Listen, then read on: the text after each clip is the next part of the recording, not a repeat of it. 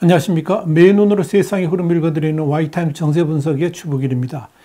전 세계 110여 개 국가가 참가한 민주주의를 위한 정상회의가 미국 시간으로 지난 9일과 10일 조 바이든 미국 대통령 주도하에 열렸습니다. 이 바이든 대통령 9일 개막연설에서 중국과 러시아를 겨냥해서 외부 독재자들은 세계적 영향력을 확대하려고 한다. 그러면서 이것이 오늘날 위기를 만들고 있다. 이렇게 말을 했습니다.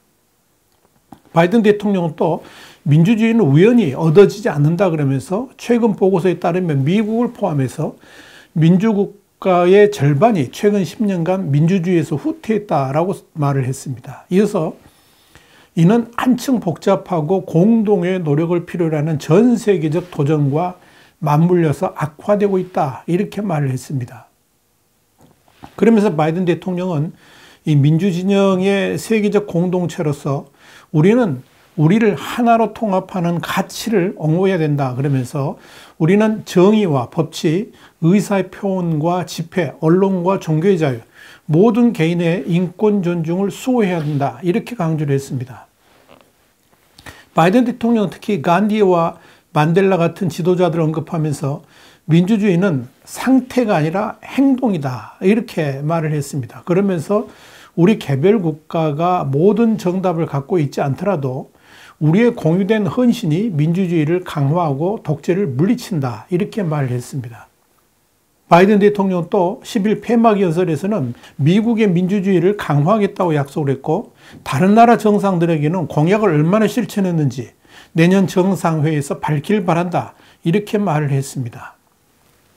그런데 이번 민주주의를 위한 정상회의 자체가 기본적으로 이 반중국 블록을 만드는 것이기 때문에 이 바이든 대통령은 중국과 러시아를 직접 겨냥한 발언들도 쏟아냈습니다.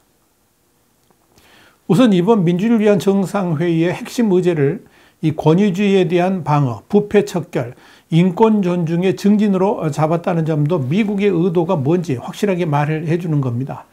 더불어 바이든 대통령은 개막 연설에서 외부 독재자들은 전 세계 영향력을 확대함으로써 그들의 힘을 키우고 억압적 정책을 정당화하려 한다 그렇게 말을 했고 또 폐막 연설에서는 독재가 전 세계 사람의 가슴속에 타오르는 자유의 불꽃을 결코 깨뜨릴 수 없다 그러면서 이 전 세계 각국이 민주주의 수호에 협력해 달라 이렇게 호소를 했습니다. 바이든 대통령은 또 이 독재를 떨쳐냄으로써 민주주의를 강화하자 그러면서 이 공동의 민주적 가치를 지지하기 위한 전 세계의 결집과 열정에 고무됐다라고 말하기도 했습니다. 한마디로 중국을 독재국가로 지칭하면서 이 민주주의를 파괴하려고 하는 집단이다 이렇게 정의를 한 겁니다. 그렇기 때문에 이 중국과 같은 독재국가들이 민주주의를 흔들지 못하도록 전 세계가 결집해야 된다라고 주장을 한 겁니다. 특히 민주주의를 위한 정상회의가 어떤 성격인지 분명히 보여주는 일이 있었습니다. 미국 정부가 정상회의 개막 직전인 8일에 엘살바도르 그리고 코소보, 세르비아의 개인 16명과 기관 24곳을 초국적 조직범죄를 이유로 제재 대상에 올렸습니다. 이번 제재 대상에는 심각한 인권 탄압이라든지 부패에 관여한 인사의 미국 재산을 동결하고 비자를 제한하며 미국 기업과 거래를 금지하는 내용을 담은 글로벌 마그니츠키법이 적용됐습니다. 토니 블링컨 국무장관은 성명을 내고 이날 제재가 민주주의 정상회의의 목표에 부합하는 일이라 그러면서 우리는 범죄 활동과 부패 간의 연결고리를 끊기 위해서 가용한 모든 수단을 계속 쓸 것이다 이렇게 말을 했습니다. 미국은 앞으로도 부패, 압제, 조직범죄, 심각한 인권 침해 같은 이 유해한 활동으로 전 세계 민주주의와 민주적 제도를 훼손하는 데 관여한 특정 개인들에 대해서 일련의 조처를 취할 것이다 이렇게 말하기도 했습니다. 이와 관련해서 일간 월스트리트저널은 별도의 소식통을 인용해서 미국 정부가 민주주의 정상회의에 참여하기로 한 세계 110개국에도 제재에 동참할 걸 촉구할 예정이다 이렇게 보도를 했습니다. 그런데 이날 발언 중에서 특히 주목을 끌었던 건 2014년 홍콩 우산혁명을 이끈 민주화 인사인데요. 네이선 로가 발언했던 내용입니다. 그는 홍콩이 경찰 국가로 전락했다 그러면서 자유민주주의 국가들이 중국에 맞서지 못하고 있다라고 비판했습니다. 네이선 로는 그러면서 여러분 중 일부는 중국 시장을 잃고 싶지 않을 것이며 일부는 우리의 민주적 가치에 대한 위험을 인식하지 못하고 있다. 또 일부는 시진핑 중국 국가주석을 화나게 하는 것을 우려한다. 그러면서 그것이 우리가 실패하는 이유라고 지적을 했습니다. 그는 이어 국제사회가 너무 오랫동안 중국의 책임을 물을 장치 없이 중국의 부상을 수용했다. 그러면서 정치인들과 시민 지도자들이 함께 협력해서 민주주의 회복을 최우선 과제로 삼아야 된다라고 말을 했습니다. 그는 또한 내가 겪은 일들은 한때 아시아에서 가장 자유롭다고 믿었던 도시가 어떻게 우리의 눈앞에서 권위적인 경찰 국가로 전락할 수 있는지를 잘 보여준다. 그러면서 나는 그 일들을 경험했다. 내게 민주주의의 퇴보는 추상적인 이론이 아니라 개인적이고 고통스러운 이야기라 이렇게 말을 했습니다. 그러면서 조슈아 왕, 베니타이, 지미라이 같은 홍콩에서 나와 함께 했던 대부분의 민주운동가들은 구속됐고 현재 정신형의 위기에 처해 있다라고 개탄했습니다. 그는 현재 홍콩 국가보안법 통과 후에 홍콩을 떠나서 영국에 망명 중입니다. 중국은 네이선 로의 민주주의 정상회의 참여에 대해서 격하게 반발했습니다. 중국 외교부의 홍콩 주재 사무소는 네이선 로의 연설 직후에 로의 호도된 발언은 정의와 진실에 반하고 민주적 가치에 대한 최대 아이러니라 그러면서 로는 국가안보를 위협에 빠뜨렸다라고 주장했습니다. 홍콩 정부도 로는 중국에 대해 터무니없는 비판을 하는데 일부 서방 정치인들은 각본을 부끄러운 줄 모르고 따르고 있다라고 성명을 통해 밝혔습니다. 중국 공산당 기관지인 인민일보는 지난 9.14 사설에서 반중난항, 그러니까 중국에 반대하고 홍콩을 어지럽게 하는 일을 반중난항이라고 그러는데 이 반중난항 분자 로가 미국의 초청을 받았다는 점으로 민주주의 정상회의에 민주주의가 없다는 사실이 확고해졌다라고 썼습니다. 이어 로를 국가 분열을 선동하고 외국 세력과 결탁해서 국가 안보를 해친 혐의로 경찰에 수배된 범죄 용의자라고 지칭한 다음에 미국이 민주주의를 도구하고 무기한다는 사실이 드러났다라고 주장했습니다. 그만큼 이 네이선 로의 민주주의 정상회의 초청 발언 자체가 중국에게는 뼈아팠다 이런 의미겠죠. 자, 그런데요. 중국은 미국 주도의 민주주의 정상회의에 대해서 11일 왕원빈 외교부 대변인을 통해서 미국이 이른바 민주주의 정상회의를 개최해서 이데올로기로 손을 긋고 이 민주주의를 도구하고 무기화해서 가짜 민주주의 이름으로 반민주적인 행태를 보이고 있다. 그러면서 분열과 대항을 선동해서 국내 문제를 전이하고 미국의 세계 패권주의를 수호하려 한다라고 비판했습니다. 왕 대변인이 이어서 미국은 유엔을 핵심으로 한 국제체계와 국제법에 기초한 국제질서를 파괴하고 있다 그러면서 미국의 행동은 역사의 흐름에 역행해서 국제사회의 보편적인 반대에 부딪힐 것이다 이렇게 지적을 했습니다.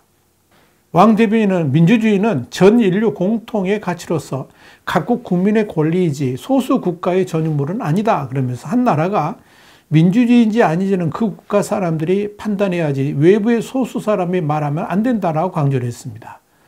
러시아도 조 바이든 미국 대통령이 주도한 민주주의를 위한 정상회의에 대해서 9일 마리아 자하로바 러시아 외무부 대변인을 통해서 성명을 냈는데요.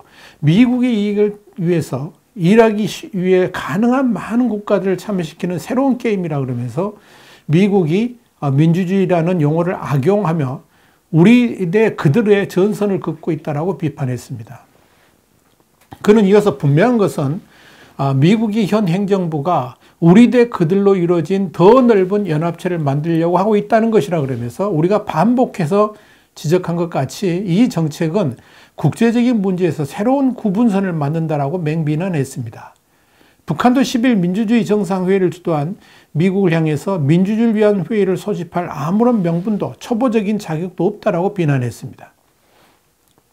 북한 외무성은 이날 미국의 목적은 민주주의가 아니라 패권이라고 한 지난 4일 왕이 중국 외교부장의 발언 등을 인용하면서 미국은 중국과 러시아를 비롯해서 패권 유지에 걸림돌이 되는 나라들의 대대적인 정치 공세를 가려는 흉심을 노골적으로 드러냈다라고 주장했습니다. 그러면서 이번 회의가 철두철 미 세계 패권을 노린 미국의 냉전적 사고방식의 산물이라고 깎아내렸습니다. 자, 그런데요. 이날 민주주의 정상회의는 한마디로 중국과 러시아에 대한 본격적인 견제와 포위망 구축 그리고 반중국 블록을 만드는 계기가 될 것으로 보입니다. 이 회의체 자체가 처음부터 미국이 동맹 같은 우군을 최대한 규합하려는 시도로 여겨졌기 때문에 그렇습니다. 또한 도널드 트럼프 행정부가 미국 우선주의를 내세우면서 미국의 리더십이 약화되었다는 인식에 따라서 국제사회의 주도권을 다시 각인시키려는 목적이다. 이런 평가를 받아왔었죠. 미국의 이런 의도를 그대로 드러내는 것은 미국 국무부의 언론 브리핑에서 나타납니다. 국무부는 이날 이번 회의는 앞으로 진행할 작업의 시작이라 그러면서 다가올 1년간 파트너들과 협력해서 두 번째 정상회의 때는 공동의 결과물을 만들어낼 수도 있다라고 말을 했습니다. 특히 이번 회의에 중국의 강력한 반대에도 불구하고 대만을 초청했다는 것은 이 중국의 전체주의와 인권 유린을 겨냥해서 대만의 역할을 확대하고자 하는 미국의 의도가 실려 있다. 이런 분석이 나옵니다. 이런 평가를 하는 이유는 지난 7일 미국 정부 고위 관계자가 정상회의에 초청된 110개국 중에 대만의 역할은 무엇인가 라는 질문에 대해서 대만은 선도적인 민주주의 국가로서 정부는 투명하고 적극적이며 민주주의 증진과 관련해 많은 경험이 있는 대표적인 사례라 그랬습니다. 그러면서 대만은 전체주의에 맞서고 있고 대내외적으로 인권 존중을 증진한다는 정상회의의 목표에 부합되는 의미 있는 역할을 할 수 있다라고 말한 대목에서도 드러납니다.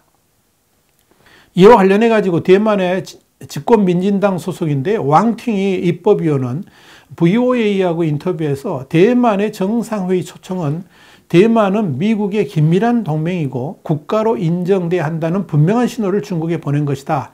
이렇게 주장을 했습니다. 특히 미국이 대만의 역할과 관련해서 중국의 전체주의와 인권 유린에 맞서는 존재로서 자리매김을 했다는 것은 이번 민주주의 정상회의가 무엇을 의도하는지를 분명히 보여줬다 할 것입니다.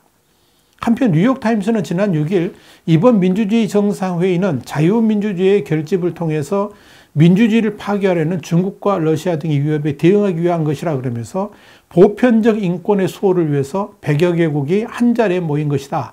이렇게 의미를 부여했습니다. 와이타임 정세 분석이었습니다. 다음 시간에 다시 뵙겠습니다. 감사합니다.